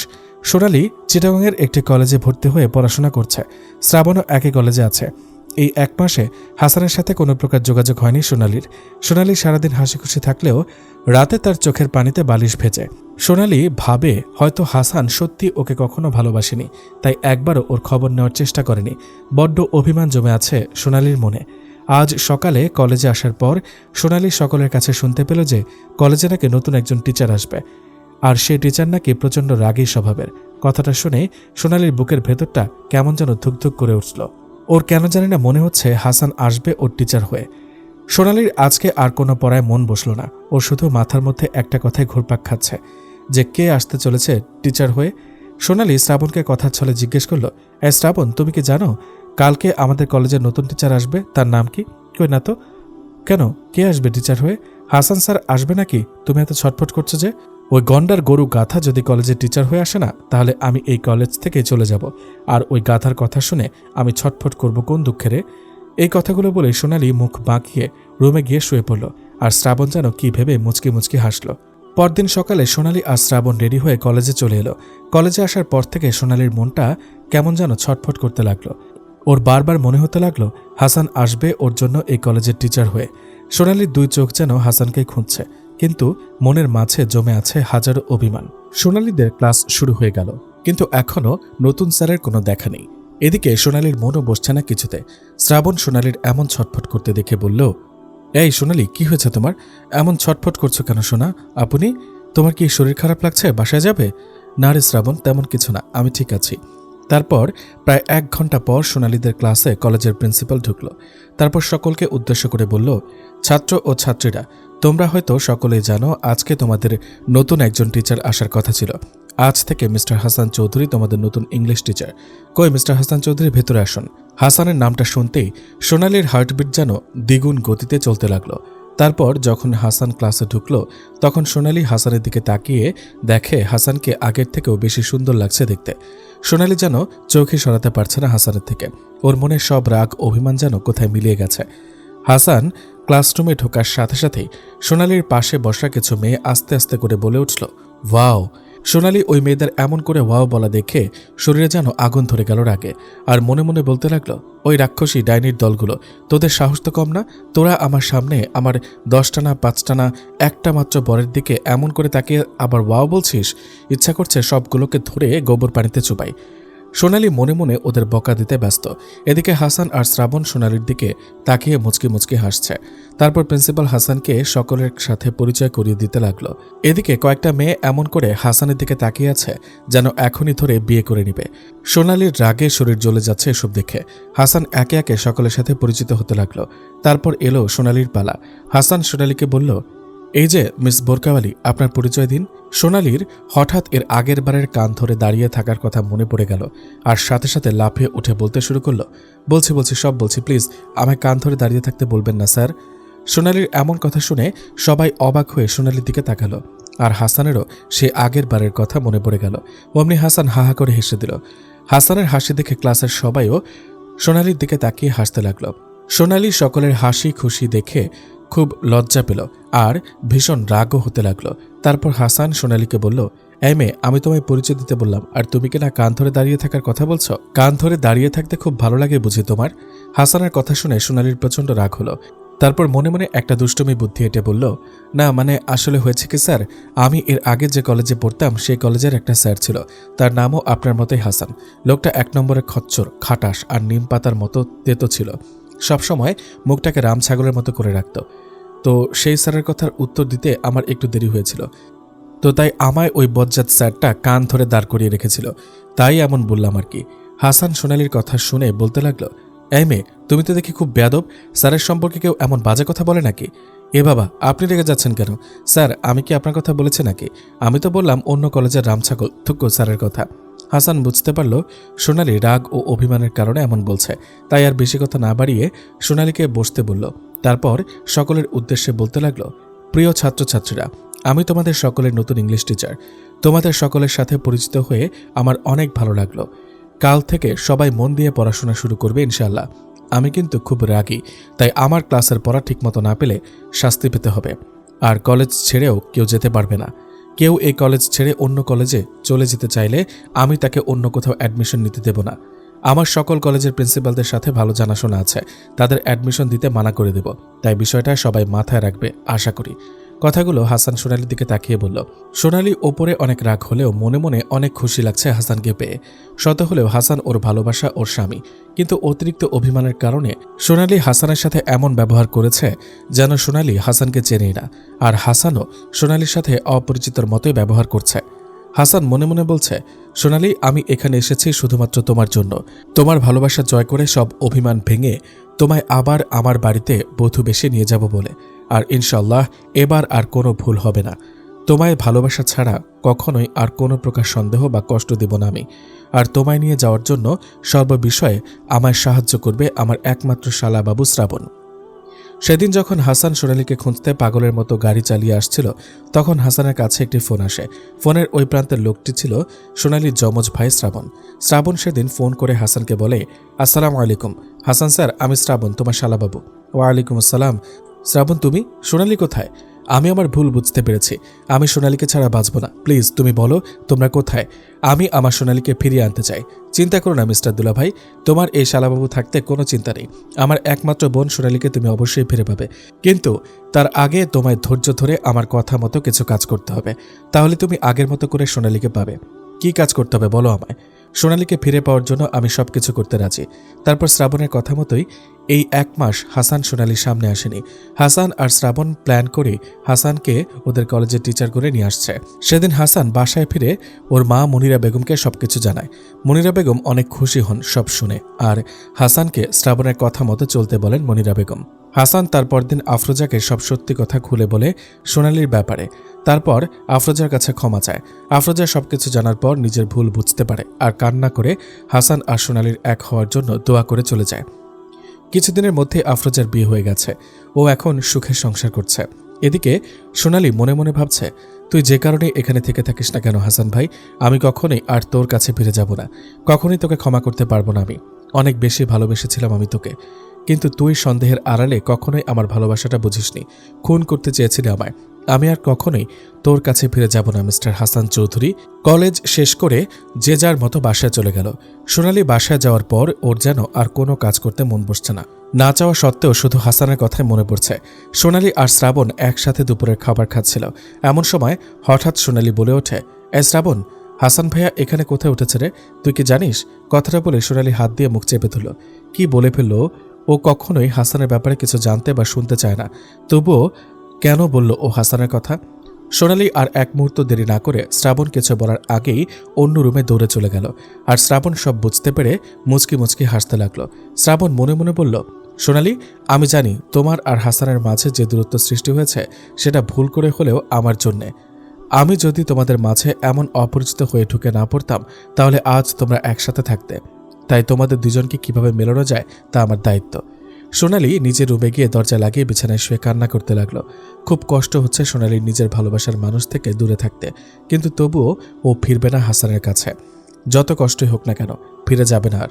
সেদিন হাসান শুধু ওর শরীরে আঘাত করেনি, শরীরের চেয়েও 1000 গুণ বেশি মনে আঘাত করেছিল। অঝোর ধারায় কাঁদছে সোনালি, যে কান্না 4 দেওয়ালের বাইরে যাচ্ছে না, কিন্তু মনটাকে ক্ষত বিক্ষত করে ফেলেছে। কান্না করতে করতে ঘুমিয়ে গেল সোনালি। এদিকে হাসান কলেজ থেকে ভাড়া বাসায় ফিরে খাওয়া দাওয়া না করে সোনালির কথাই ভাবছে। কি করে সোনালির মান ভাঙানো যায়, কি করে ওকে আবার আগের মতো করে ফিরে পাওয়া যায়। ভাবনার সাগরে যেন ডুবে আছে হাসান। এমন সময় শ্রাবণের ফোন। আসসালামু আলাইকুম শ্রাবণ। ওয়ালাইকুম আসসালাম হাসান স্যার, তোমার সাথে আমার কিছু কথা আছে। তুমি কি একটু সামনের পার্কটায় আসতে পারবে এখন? আমি এক্ষুনি আসছি, 5 মিনিটের মধ্যে। তারপর হাসান আর দেরি না করে রেডি হয়ে বেরিয়ে পড়ল শ্রাবণের সাথে দেখা করার জন্য। হাসান পার্কে এসে দেখে শ্রাবণ ওর জন্য ওয়েট করছে। হাসানকে দেখে শ্রাবণ এগিয়ে আসে হাসানের কাছে। তারপর ওরা একটা বেঞ্চে বসে। শ্রাবণ বলতে লাগে, হাসান স্যার, তোমায় কিছু কথা বলতে এখানে ডেকেছি আমি। তা বুঝলাম, তার আগে তুমি আমায় এই স্যার স্যার ডাকা বন্ধ করো। আমি কলেজে তোমাদের স্যার, এখন না। জাস্ট হাসান বলবে আমায়, কেমন মিস্টার শালাবাবু? আচ্ছা তাই হবে মিস্টার দুলাভাই। এখন শোনো, যে জন্য তোমায় এখানে ডেকে আনা। বলো কি কথা? হাসান, আজ কলেজ থেকে যাওয়ার পর থেকেই সোনালির মন অনেক খারাপ। শুধুমাত্র আমার জন্য তোমাদের এতটা কষ্ট পেতে হচ্ছে। আজ দুপুরে খাবার খাওয়ার সময় ও আমায় তোমার কথা জিজ্ঞেস করেছিল, তারপর দৌড়ে চলে যায়। জানো হাসান, সোনালি আমাকে অসম্ভব ভালোবাসে। এই একটা মাস আমি দেখেছি ও কিভাবে কষ্ট পেত তোমার জন্য। এমন একটা রাত নেই যে ও তোমার জন্য কান্না করেনি। কথাগুলো এক নাগারে বলে শ্রাবণ হাসানের দিকে তাকিয়ে দেখে হাসানের চোখেও এক ফোঁটা পানি। হাসান ছেলে মানুষ, আর ছেলে মানুষের মন হয় পাহাড়ের মতো, যা সহজে কান্না করতে পারে না। হাসানের চোখে পানি দেখে শ্রাবণ বলে, হাসান, তুমি যে সোনালীকে কতটা ভালোবাসো তার প্রমাণ তোমার চোখের পানি বলে দিচ্ছে।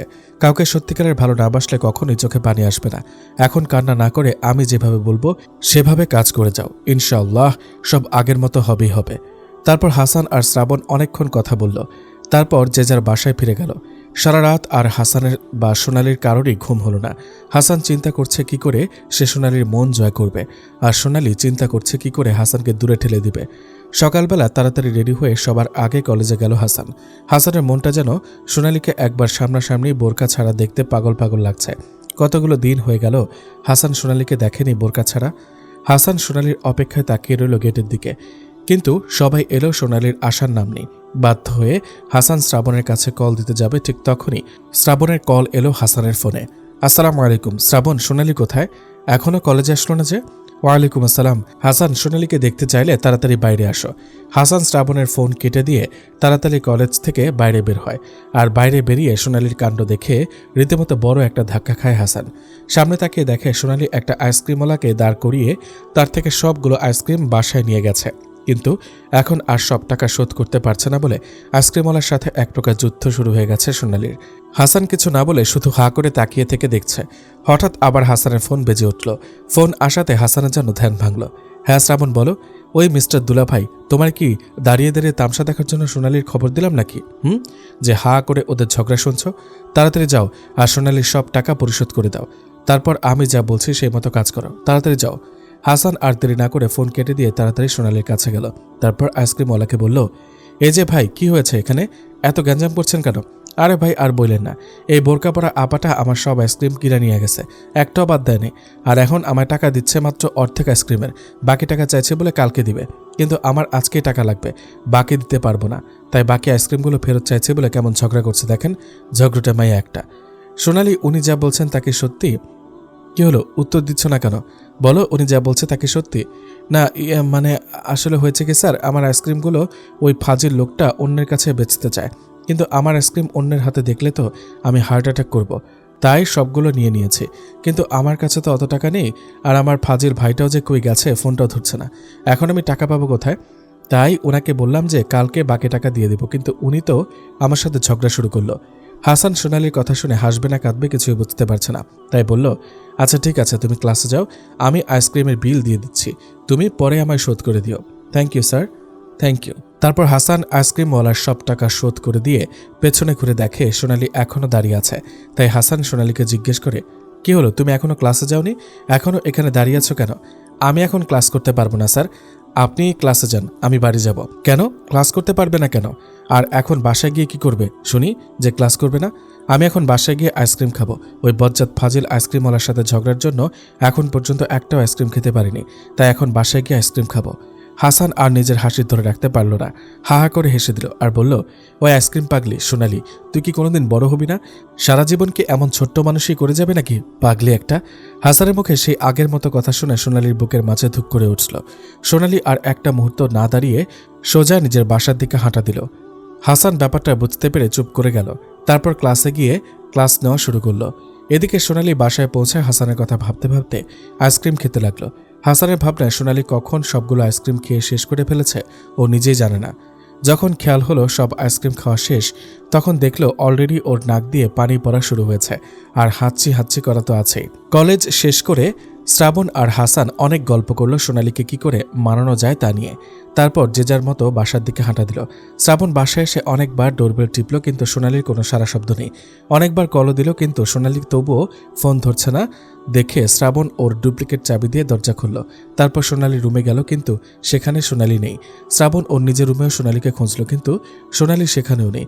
এবার শ্রাবণের অনেক টেনশন হতে লাগলো সোনালির জন্য। সোনালি কোথায় যেতে পারে কিছু না বলে। তারপর শ্রাবণ হাসানকে কল দিল আর বলল, আসসালামু আলাইকুম। হ্যাঁ শ্রাবণ বলো। হাসান, তোমার কাছে কি সোনালি গেছে? কই না তো, ও কেন আমার কাছে আসবে?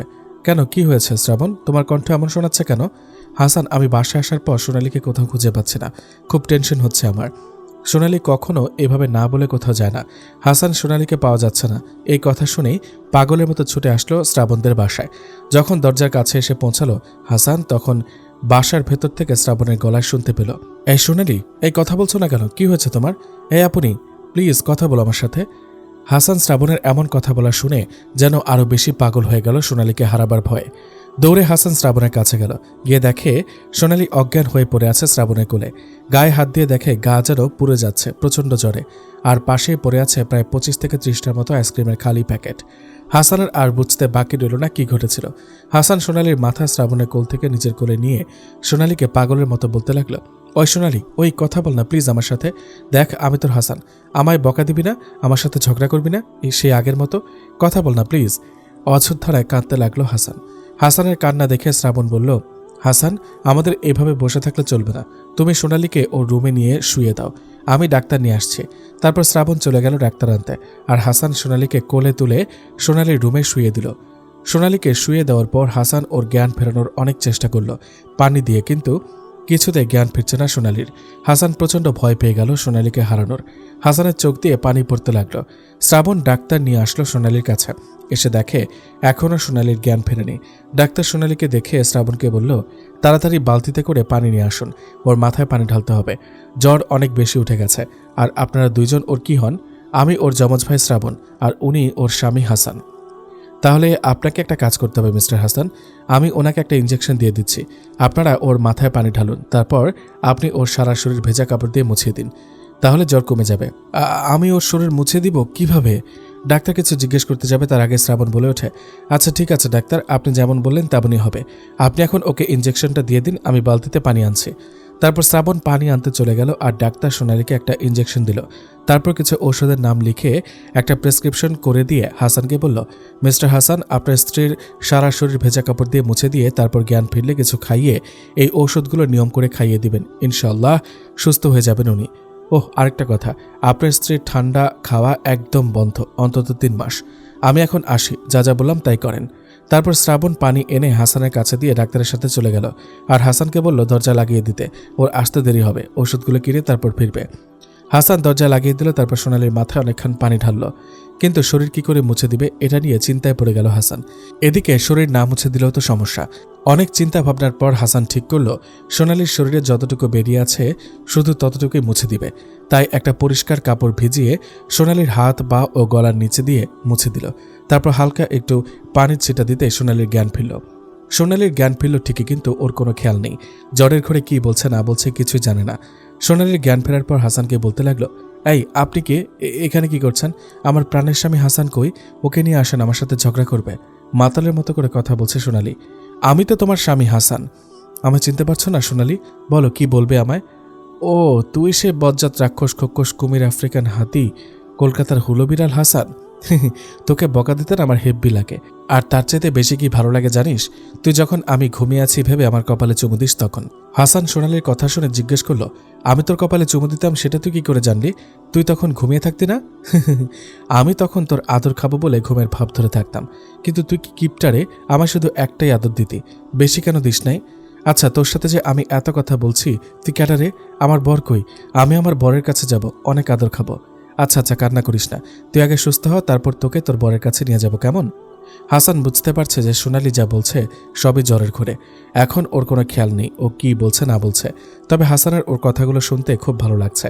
ইচ্ছা করছে সোনালিকে বুকে জড়িয়ে নিতে, অনেক ভালোবাসা দিতে। কিন্তু হাসান ততদিন সোনালির কাছে আসবে না যতদিন না সোনালি ওকে মন থেকে ক্ষমা করে ওর কাছে ফিরে যায়। শ্রাবণ ঔষধ নিয়ে আসলো সোনালির জন্য। তারপর কোনো মতে সোনালিকে জ্বরের ঘোরে একটু স্যুপ করে খাইয়ে দিল। তারপর ওষুধ খাইয়ে দিতে সোনালি আবার ঘুমিয়ে পড়ল। সোনালি ঘুমোলে হাসান বলল, শ্রাবণ আমি কি এখন বাসা চলে যাব? তুমি সোনালির খেয়াল রাখতে পারবে? কি বলছো হাসান? তুমি এখন সোনালিকে এই অবস্থায় রেখে বাসায় গিয়ে ঘুমাতে পারবে? জানি পারবে না, তাই আর লজ্জা না পেয়ে তুমি তোমার সোনালির কাছে থাকো, আমি বরং নাক ডেকে ঘুমাই। তারপর হাসানকে আর কিছু বলার সুযোগ না দিয়ে শ্রাবণ ও রুমে গিয়ে শুয়ে পড়ল, আর হাসানও সোনালির কাছে শুয়ে পড়ল। রাত ৩টা বাজে। এমন সময় হাসান হঠাৎ খেয়াল করল সোনালি ঘুমের ঘোরে কি যেন বলছে। হাসান সোনালির কথাগুলো বোঝার জন্য ভালো করে চোখ ডলে ঘুম ভাঙালো নিজের। তারপর মনোযোগী হয়ে সোনালির কথা শুনতে লাগলো। হাসান শুনল সোনালি বলছে, হাসান ভাইয়া তুই কি আমায় কখনো একটুও ভালোবাসিসনি? তুই আমায় এতটা অবিশ্বাস কি করে করতে পারলি বলতো? জানিস সেদিন আমি অনেক কষ্ট পেয়েছিলাম, যেদিন তুই আমার ভাইকে নিয়ে আমায় বাজে কথা বলেছিলি। আমি তো অনেক ছোটবেলা থেকে ভালোবাসি তোকে। তুই আমার সামনে আফরোজার সাথে কত কথা বলছিস, কই আমি তো কখনো তোকে ভুল বুঝিনি। আর তুই কিনা আমায় হত্যা করতে চেয়েছিলি। এতটা অবিশ্বাস আমার উপর তোর? আমি তোকে খুব ভালোবাসি রে হাসান ভাইয়া, তুই আমার ভালোবাসাটা বুঝলি না, তুই আমার ভালোবাসা বুঝলি না। কথাগুলো বলতে বলতে চুপ করে ঘুমিয়ে পড়ল সোনালি। হাসান সোনালির কথাগুলো শুনে চোখের পানি আর ধরে রাখতে পারল না। কতটা ভালোবাসে সোনালি ওকে, কিন্তু ও কি করেছে মেয়েটার সাথে? অনেক কষ্ট দিয়ে ফেলেছে ও সোনালিকে। হাসান সোনালির হাত নিজের হাতের মধ্যে শক্ত করে ধরে আস্তে আস্তে বলল, আমায় ক্ষমা করে দে সোনালি, আমি আর কখনো তোকে ভুল বুঝবো না। সারা পৃথিবীর সকল ভালোবাসা এনে দেব তোর জীবন সাজাতে, কখনো কোনো কষ্ট পেতে দেব না তোকে। আমি আমার জীবন দিয়ে আগলে রাখবো তোকে, আমার বুকের সবটুকু ভালোবাসা দিয়ে ভরিয়ে রাখবো তোকে। আমি কথা দিলাম আমার পাগলি, আমার আইসক্রিম পাগলি সোনালি, আমার দুষ্টু মিষ্টি বউজান। কথাগুলো বলে চোখে পানি নিয়েও মুচকি মুচকি হাসলো হাসান। তারপর সোনালিকে জড়িয়ে ধরে ঘুমিয়ে পড়ল। সকালে হাসানের আগে ঘুম ভাঙল সোনালির। সোনালির এখন আর জ্বর নেই, সোনালি এখন একদম সুস্থ। সোনালি ঘুম ভেঙে তাকিয়ে দেখল ও হাসানের বুকে শুয়ে আছে। সোনালি ভাবল ও হয়তো স্বপ্ন দেখছে। সোনালি এক নজরে হাসানের দিকে তাকিয়ে রইল। আজ কতদিন পর ও আবার হাসানকে এতটা কাছ থেকে দেখেছে। একটু পর সোনালি বুঝতে পারল এটা স্বপ্ন নয়, সত্যি হাসানের বুকে শুয়ে আছে ও। হঠাৎ সোনালির চোখে ভেসে উঠল হাসানের সেই সন্দেহের কথাগুলো, সোনালিকে হত্যা করতে চাওয়ার কথাগুলো। তখনই সোনালির অসম্ভব রাগ হতে লাগলো। সোনালি হাসানকে ধাক্কা দিয়ে দূরে সরিয়ে দিল। তারপর সোনালি হাসানের থেকে দূরে সরে গিয়ে হাসানকে বলতে লাগলো, হাসান স্যার আপনি এখানে কেন? আপনার সাহস হলো কি করে আমার পাশে শুয়ে থাকার? এক্ষুনি বেরিয়ে যান আমার বাসা থেকে। সোনালির কথাগুলো শুনে হাসান বলল, সোনালি তোর শরীর এখন কেমন? তুই তো অসুস্থ, এমন করছিস কেন? আর আমি তো তোর স্বামী। হাসানের পুরো কথা শেষ হওয়ার আগে সোনালি বলে উঠল, আপনি আমার কিচ্ছু না, আপনি জাস্ট আমার স্যার, আর আমি আপনার ছাত্রী। এছাড়া কোনো সম্পর্ক নেই আপনার সাথে আমার। আমি আপনাকে স্বামী বলে মানি না। মরে গেছে আপনার বউ সোনালি, আপনি নিজ হাতে খুন করেছেন তাকে। সোনালির চেঁচামেচি দেখে পাশের রুম থেকে শ্রাবণ এসে বলে উঠল, সোনালি তুমি কি বলছো এসব? হাসান তোমার স্বামী। শ্রাবণকেও থামিয়ে দিল সোনালি, বলল, হাসান আমার বা তোমার কেউ হয় না, উনি শুধুই আমাদের স্যার।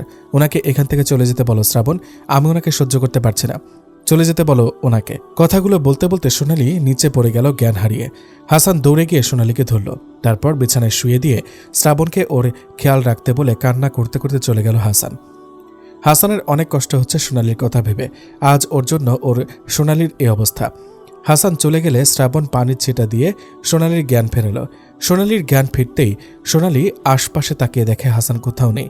তখন সোনালি অযোধ্যায় কাঁদতে থাকে পাগলের মতো, আর শ্রাবণকে বলে, শ্রাবণ আজ আমি হাসানকে নয় নিজেকে কষ্ট দিয়েছি। আমি কি করে পারলাম আমার ভালোবাসাকে এইভাবে অপমান করে তাড়িয়ে দিতে? আমি যাকে বড্ড বেশি ভালোবাসি রে শ্রাবণ, আমার বুকটা ফেটে যাচ্ছে কষ্টে। হাসান, তুই কেন অমন করেছিলি আমার সাথে? কেন? আমি আর সহ্য করতে পারছি না। তুই কাছে থাকলে যেমন কষ্ট পাই, দূরে গেলে যে আরও বেশি কষ্ট হয়। সোনালি শ্রাবণকে জড়িয়ে ধরে কথাগুলো বলছে আর অযোধ্যারায় কান্না করছে। বড্ড বেশি কষ্ট হচ্ছে ওর। নিজের ভালোবাসার মানুষকে যে কখনো কষ্ট দেওয়া যায় না, তার চাইতে বেশি কষ্ট নিজেকে পেতে হয়। তারপর সোনালি অনেকক্ষণ এভাবে কান্না করলো শ্রাবণের বুকে। শ্রাবণও ওকে বাধা দিল না, কাঁদতে দিল ইচ্ছা মতো। অনেকক্ষণ এভাবে কাঁদার পর সোনালি চোখ মুছে কান্না থামিয়ে বলল, না, আমি কাঁদব না। আমার দুর্বল হলে চলবে না ওর প্রতি। হাসান আমার সাথে যে কাজটা করেছে, তাও আমার আপন ভাইকে জড়িয়ে, তারপরেও ওকে ক্ষমা করব না আমি। সে যতই কষ্ট হোক না কেন, আমি কিছুতেই ওর প্রতি দুর্বল হব না। সোনালি তারপর আর কলেজে যায় না। এদিকে হাসান প্রতিদিন তাকিয়ে থাকে সোনালির আসার অপেক্ষায়। এভাবেই কেটে গেল 15 দিন। এই 15 দিনের মাঝে হাসান চুপি চুপি লুকিয়ে শুধু দূর থেকে সোনালিকে দেখেছে। সোনালি তা জানেও না। সোনালির মনে খুব কষ্ট হয় হাসানের জন্য, কিন্তু তা প্রকাশ করে না। 15 দিন পর আজ কলেজে যাবে বলে সোনালি রেডি হচ্ছে। সোনালি আসবে শুনে হাসান তো অনেক খুশি। হাসান সকলের আগে কলেজে পৌঁছে গেল আর বসে রইল ওর সোনালির অপেক্ষায়। সময় মতো সোনালিও চলে এলো কলেজে। হাসান এখন দূর থেকে ওকে চুপি চুপি দেখতে লাগলো মন ভরে। হাসানের অনেক ইচ্ছা করছে সোনালির সাথে একটু কথা বলতে, কিন্তু সেদিনের কথা ভেবে সাহস হয়ে ওঠে না। ক্লাস শুরু হলে হাসান সোনালিদের ক্লাসে ঢুকলো। সোনালি আজ অনেক দিন পর তার হাসানকে দেখছে। হা করে তাকিয়ে আছে হাসানের দিকেও। হাসান সেটা দেখেও না দেখার ভান করল আর ঠিকমতো ক্লাস নিল। এভাবেই চলতে থাকলো দিনগুলো। কাল সোনালিদের কলেজে একটা অনুষ্ঠান হবে। সেখানে অনেকে নাচবে গাইবে, কিন্তু সোনালি কিছুই করবে না। ও শুধু দর্শকদের মতো অনুষ্ঠান দেখতে যাবে। শুনেছে হাসান নাকি সেখানে কাল গান গাইবে। সোনালি অনেক দিন হলো হাসানের কণ্ঠে কোনো গান শোনেনি, তাই মনে মনে সোনালি অনেক খুশি হাসানের গান শুনতে পাবে বলে। অনুষ্ঠানের দিন সোনালি রেডি হচ্ছে কলেজে যাবে বলে। এমন সময় সোনালির ফোন বেজে উঠল। সোনালি ফোন হাতে নিয়ে দেখে সোনালির শাশুড়ি মনিরা বেগম ফোন করেছে। সোনালি তাড়াতাড়ি ফোনটা রিসিভ করে বলে, আসসালামু আলাইকুম আম্মু, কেমন আছো তুমি? ওয়ালাইকুম আসসালাম মামুনি, আলহামদুলিল্লাহ আমি ভালো আছি। তুই কেমন আছিস এখন সেটা বল। আমি আলহামদুলিল্লাহ ভালো আছি আম্মু। আব্বু কেমন আছেন? তোর শ্বশুরও ভালো আছে। এখন বল, তুই হাসানের সাথে বাসায় কবে আসবি? কতদিন হলো আমার বাসাটা মরুভূমি হয়ে আছে। কবে আসছিস বল আমায়। আম্মু, আমায় ক্ষমা করো, আমি যাব না আর ওই বাসায় তোমার ছেলের বউ হয়ে। দেখ সোনালি, আমি তোর সাথে ঘটে যাওয়া সব কিছু শুনেছি আর অনেক কষ্ট পেয়েছি, তবে একটা কথা মনে রাখিস মা, বিয়ে কোনো খেলা নয়, এটা সারা জীবনের বন্ধন। সেটা আল্লাহর পক্ষ হতে একটা বড় নিয়ামত মানুষের জন্য। আমি মানছি হাসান যা করেছে সেটা অনেক বড় ভুল, কিন্তু আমি এটাও জানি যে এই ভুলের কারণে তোরা একে অপরের ভালোবাসা বুঝতে পেরেছিস। একবার ভেবে দেখতো মা, মানুষ সন্দেহ কাকে করে? যাকে মানুষ সবচেয়ে বেশি ভালোবাসে, যাকে কোনো কিছুর বিনিময়ে হারাতে চায় না, মানুষ শুধু তাকেই হারানোর ভয়ে সন্দেহ করে। আমার হাসান তোকে পাগলের মতো ভালোবাসে রে মা, তুই বুঝিসনি ওর ভালোবাসা। কিন্তু আম্মু। চুপ, আমার কথা এখনো শেষ হয়নি সোনালি। হাসান তোকে ভালোবাসে বলেই তুই চলে যাবার পর এমন একটা রাত নেই যে তোর ছবি বুকে জড়িয়ে কাঁদেনি। পাগলের মতো আমার হাতে পায়ে ধরেছে ও তোকে ফিরিয়ে এনে দিতে। দিনের পর দিন তোর জন্য অপেক্ষা করেছে হাসান। কতটা কষ্ট পেয়েছে ও, তা শুধু আমি জানি। আমি নিজের চোখে দেখেছি তা। ও যে ভুল করেছিল সেই ভুলের মাসুল ও দিয়েছে। তুই আমার ছেলেটাকে আর কষ্ট দিস না মা। ফিরে আয়, আবার আগের মতো করে ফিরে আয় মা, ফিরে আয় তোর সংসারে। কথাগুলো বলতেই কান্না করছিলেন সোনালির শাশুড়ি মনিরা বেগম। সাথে সোনালিও কাঁদতে শুরু করে। সত্যি ও অনেক কষ্ট দিয়ে ফেলেছে ওর ভালোবাসা হাসানকে। মনিরা বেগম আর কিছু না বলে ফোন কেটে দিল আর সোনালি ফোনটা রেখে সোফায় বসে কাঁদতে লাগলো। এমন সময় শ্রাবণ এলো। সোনালিকে কান্না করতে দেখে শ্রাবণ বলতে লাগলো, এখনও সময় আছে সোনালি, তুমি হাসানকে ক্ষমা করে দাও। ও ওর ভুলের যথেষ্ট শাস্তি পেয়েছে। ওকে আর কষ্ট দিও না বোন। শত হলেও ও তোমার স্বামী আর তুমি ওর স্ত্রী। তোমাদের সম্পর্ক আল্লাহর পক্ষ থেকে, তাই হাসানকে ক্ষমা করে ওর কাছে ফিরে যাও সোনালি, ফিরে যাও হাসানের কাছে আগের মতো। হাসান কতটা কষ্ট করেছে আমি জানি সব। তুমি যখন অসুস্থ ছিলে তখন ও তোমার সেবা করেছে, তোমায় আগলে রেখেছে। যেদিন আমরা এখানে চলে আসি সেদিন ও তোমায় খুঁজতে পাগলের মতো জায়গায় জায়গায় ঘুরেছে। শুধুমাত্র তোমার জন্য হাসান ওর বাড়ি ঘর মা বাবা সব ছেড়ে এখানে টিচার হয়ে এসেছে। তুমি জানো ও ওই বাসায় কতটা কষ্টে থাকে? যে ছেলে কখনো একা এক গ্লাস পানিও ভরে খায়নি, সে ছেলে নিজে রান্না করে খায়। কখনো হয়তো রান্না করতে না পেরে না খেয়ে থাকে। আর কত কষ্ট দেবে তুমি হাসানকে? তোমার ভাই হিসেবে তোমার কাছে আমার অনুরোধ, তুমি ফিরে যাও তোমার স্বামী হাসানের কাছে, আর কষ্ট দিও না ওকে। কথাগুলো বলে সোনালীকে কিছু বলার সুযোগ না দিয়ে চলে গেল শ্রাবণ। আর সোনালী কান্নায় ভেঙে পড়ল। পুরনো স্মৃতিগুলো মনে করতে লাগলো হাসান সত্যি ওকে ভালোবাসে, আর ও নিজেও হাসানকে পাগলের মতো ভালোবাসে। তবুও কেন কাঁদাচ্ছে ও হাসানকে, আর কেনই বা নিজেও কাঁদছে? সোনালী অনেক ভেবে ঠিক করলো ও ফিরে যাবে হাসানের কাছে, আর কষ্ট দেবে না ওকে। আগের মতো ভালোবাসায় ভরে যাবে ওদের জীবন। সোনালী ওয়াশরুমে গিয়ে হাত মুখ ধুয়ে অনেক সুন্দর করে সাজলো, তারপর বোরকা পরে বেরিয়ে পড়ল কলেজের উদ্দেশ্যে। কলেজে গিয়ে সোনালী হাসানকে খুঁজতে লাগলো, কিন্তু কোথাও পাচ্ছে না সোনালী ওর হাসানকে। সোনালীর চিৎকার করে কাঁদতে ইচ্ছা করছে, বলতে ইচ্ছা করছে হাসান ফিরে এসো আমার জীবনে, কিন্তু সোনালী সেটাও করতে পারছে না। নিজেকে বড় অপরাধী বলে মনে হচ্ছে সোনালীর। তবুও সোনালী হাল না ছেড়ে কলেজের সব জায়গায় পাগলের মতো খুঁজতে লাগলো হাসানকে। এমন সময় শ্রাবণ এসে সোনালীকে বলল, সোনালী, আমি জানি তুমি হাসানকে খুঁজছ, ওকে খুঁজতে হবে না, একটু পর ওকে স্টেজে দেখতে পাবে, অনুষ্ঠানে গান গাইবে ও, চলো আমরা সবাই ওখানে গিয়ে বসি। শ্রাবণের কথা শুনে সোনালী আর কোনো কথা বলল না। শ্রাবণের সাথে গিয়ে দুটা চেয়ারে দুজন বসলো। তারপর অনুষ্ঠান শুরু হলো। একে একে অনেকেই অনেক কিছু করলো, কেউ ভাষণ দিল, কেউ গান, কেউ বা নাচল, কিন্তু কোথাও হাসানের দেখা নেই। সোনালীর সবকিছু কেমন বিরক্ত লাগছে হাসানকে ছাড়া। যখনই সোনালী ভাবল ও উঠে চলে যাবে, ঠিক সেই মুহূর্তে হাসান স্টেজে উঠল, আর সবাই ওয়াও বলে উঠল। সোনালী হাসানের দিকে তাকিয়ে দেখে হাসান নীল রঙের একটা পাঞ্জাবি পরেছে। হাসানকে অসাধারণ লাগছে দেখতে। সোনালী যেন হাসানের দিক থেকে চোখ সরাতেই পারছে না। সোনালীর অনেক খুশি খুশি লাগছে হাসানকে দেখে, কিন্তু হাসানের মুখে হাসি নেই। চোখ দুটো হালকা লাল হয়ে আছে, হয়তো কেঁদেছে সোনালীর জন্য। তারপর হাসান সোনালীর দিকে তাকিয়ে গান গাইতে শুরু করলো। পুরো গান হাসান সোনালীর দিকে তাকিয়ে গাইল, আর সোনালী হাসানের দিকে তাকিয়ে। গানের প্রতিটি কথা যেন ওদের দুজনের জন্যই লেখা, দুজনের চোখে পানি। গানটা শেষ হতেই সোনালী উঠে চলে গেল, আর যাওয়ার আগে শ্রাবণকে যেন কি বলে গেল। শ্রাবণের মুখে হাসি ফুটে উঠল। সোনালীর চলে যাওয়া দেখে হাসানের মনটা আরো খারাপ হয়ে গেল। হাসান স্টেজ থেকে নেমে অফিস রুমে চলে গেল। শ্রাবণ হাসানের পিছু পিছু অফিস রুমে গেল। অফিস রুমে গিয়ে দেখে হাসান বাচ্চাদের মতো ফুপিয়ে ফুপিয়ে কাঁদছে। শ্রাবণের কান্না দেখে শ্রাবণ হা হা করে হাসতে লাগলো। তারপর হাসানের কাছে গিয়ে বলল, ওই শালার দুলা ভাই, ছেলে মানুষের মান সম্মান একেবারে জলে ডোবালে গো। এভাবে মেয়েদের মতো কেউ কাঁদে? ইচ্ছা করছে তোমার কান্না করার ভিডিও করে ইন্টারনেটে ছড়িয়ে দিই। শ্রাবণের কথা শুনে হাসান চোখ মুছে দৌড়ে এসে শ্রাবণকে জড়িয়ে ধরল। তারপর বলতে লাগলো, শ্রাবণ, আমি আর পারছি না সোনালীকে ছেড়ে থাকতে। বড্ড কষ্ট হচ্ছে আমার ওকে ছাড়া। আমার ভুলের মাসুল আমি আর কত দিব বলো? সোনালী কি আমায় ক্ষমা করবে না কখনো? আমি যে আর পারছি না সহ্য করতে এই কষ্ট। কথাগুলো বলে আবার কাঁদতে লাগলো হাসান। এই দেখো, আবার বাচ্চাদের মতো কাঁদে। আরে থামো থামো, তোমার কষ্টের দিন শেষ, তোমার সুখের দিন শুরু করার খবর নিয়ে এসেছি আমি। সোনালী তোমায় আমাদের বাসায় ডেকেছে, তোমার গান শুনে যাওয়ার সময় বলে গেছে আমায় তোমায় পাঠিয়ে দিতে। শ্রাবণের কথা শুনে হাসান শ্রাবণকে ছেড়ে দিয়ে বলল, সত্যি বলছো শ্রাবণ তুমি? সত্যি কি সোনালী আমায় ক্ষমা করেছে, আমায় ডেকেছে ও? হ্যাঁ রে বাবা, হ্যাঁ। এখন আর কথা না বাড়িয়ে যাও তো তোমার সোনালীর কাছে। আমার আবার অনেক কাজ করতে হবে সামনে। তোমার আবার কি কাজ এখন? কি কাজ মানে? নতুন করে তোমার আর সোনালীর বিয়ের আয়োজন করতে হবে না বুঝি? প্রথম বিয়ে তো আমাকে ছাড়াই করেছ, তাই তো এই অবস্থা। এবার সব ব্যবস্থা আমি করব, দেখবে তোমরা অনেক সুখী হবে। এখন কথা না বাড়িয়ে যাও তো। হাসান অনেক খুশি হয়ে শ্রাবণকে আবার জড়িয়ে ধরল। তারপর গালে একটা চুমু দিয়ে বলল, লাভ ইউ রে শালাবাবু, লাভ ইউ সো মাচ।